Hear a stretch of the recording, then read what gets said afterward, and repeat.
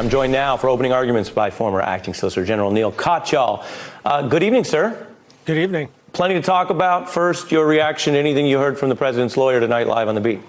Well, I think the technical legal term for Ari for what we just heard is gobbledygook. I mean, there was that word salad was incomprehensible at various points. And I think, the most telling thing is Mr. Sekulow keeps referring to the, quote, transcript that's been released. No transcript's been released. We've gotten a rough readout of the call. It's like calling the full, cliff notes of Macbeth or something like that. The fact is, and what Mr. Sekulow doesn't say, is that the actual word-for-word stenographer transcript, which President Trump has alluded to, we've never seen. There are reports from the whistleblower that it was hidden on a classified server. We don't know exactly what the truth is, but we do know that what was turned over was not the full thing. But even that, as you were saying, even what was turned over is damning. It's forced the president to pivot from his first defense, which is, the whistleblower is all about hearsay, I didn't do it, blah, blah, blah, to, okay, I did it, and now I'm going to do it some more, I'm going to do it overtly, and there's nothing wrong. What did you think, Neil, for viewers who are everyone's studying up on the Constitution these days, of the attempt to say there must be a federal statute as a requirement to impeach?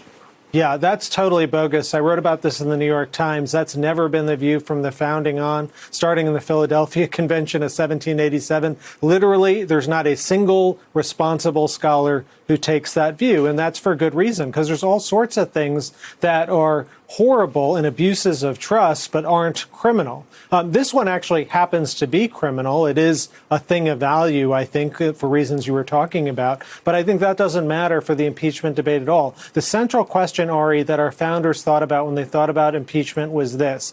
Has the president abused the public trust? Has he broken his fiduciary responsibility to the American people? And this is literally like if you looked in a dictionary definition of what's an impeachable offense, this would be what it is. It's going to a foreign government and saying, hey, I want dirt on my political rival, and I'm going to hold up U.S. foreign policy and money appropriated by the Senate and all sorts of diplomatic maneuvers until I get what I want for me personally. That's the problem. That's why this is so simple, and that's why I think the president is lashing out in all of these different ways. The other thing hanging over this process as the House decides what to do and comes back into session next week is whether there is really a huge kind of end of days interbranch battle over these subpoenas. I showed in the interview with Mr. Sekulow, well, if the facts are on your side, why withhold so much evidence? Curious what you thought in assessing his answer there. His answer was pathetic. He claimed that basically he was doing it to protect the institution of the presidency. Now, look, this will be the first time in 3 years the Trump administration has given one whit about the institution of the presidency as opposed to Mr. Trump's personal stuff. But, even on its own face, of course, privileges are waived all the time. Indeed, when I was in government, we did so a lot in order to get information out to the Congress and to the American people. And particularly, as you said, if you've got nothing to be afraid of, if you think what you did is right, then have it out. But of course, the point is they've always kept this stuff secret and covert. And this they're not engaging on it, Neil. We weren't supposed to find out about. Right. They're not engaging on it in the sense of, as they did with the call notes, we'll provide certain things even to close session to Congress if they wanted to say the facts help them. I want to get you on something else. I'll remind viewers that you do something that very few lawyers ever get to do. You walk into the Supreme Court and you argue before these 9 justices, which is pretty cool. I want to put up on the screen what we're seeing in the coming term. There's a lot of other news going on even in midst these Trump crises. Tell us about some of these cases coming.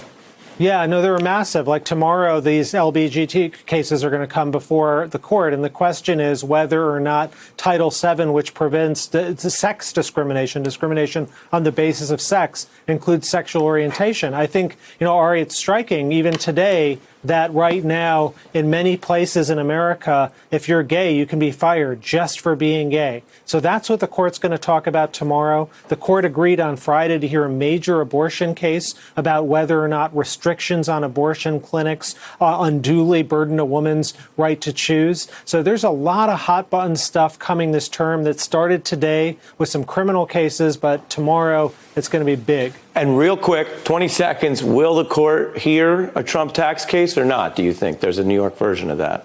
Well, the Court of Appeals is going to hear it on an expedited basis in a few weeks, but I do expect this kind of case or something around this whole Trump impeachment to go. This tax case is very easy, and I think that the court will resolve it against Trump pretty quickly without it going to the Supreme Court. But other Trump stuff will go. Fascinating on a lot of different issues tonight in opening arguments. Neil, thank you so much. Hey, I'm Ari Melber from MSNBC. You can see more of our videos right here, or better yet, subscribe to our YouTube channel below. You could have been anywhere in the world, but you're here with us, and we appreciate that.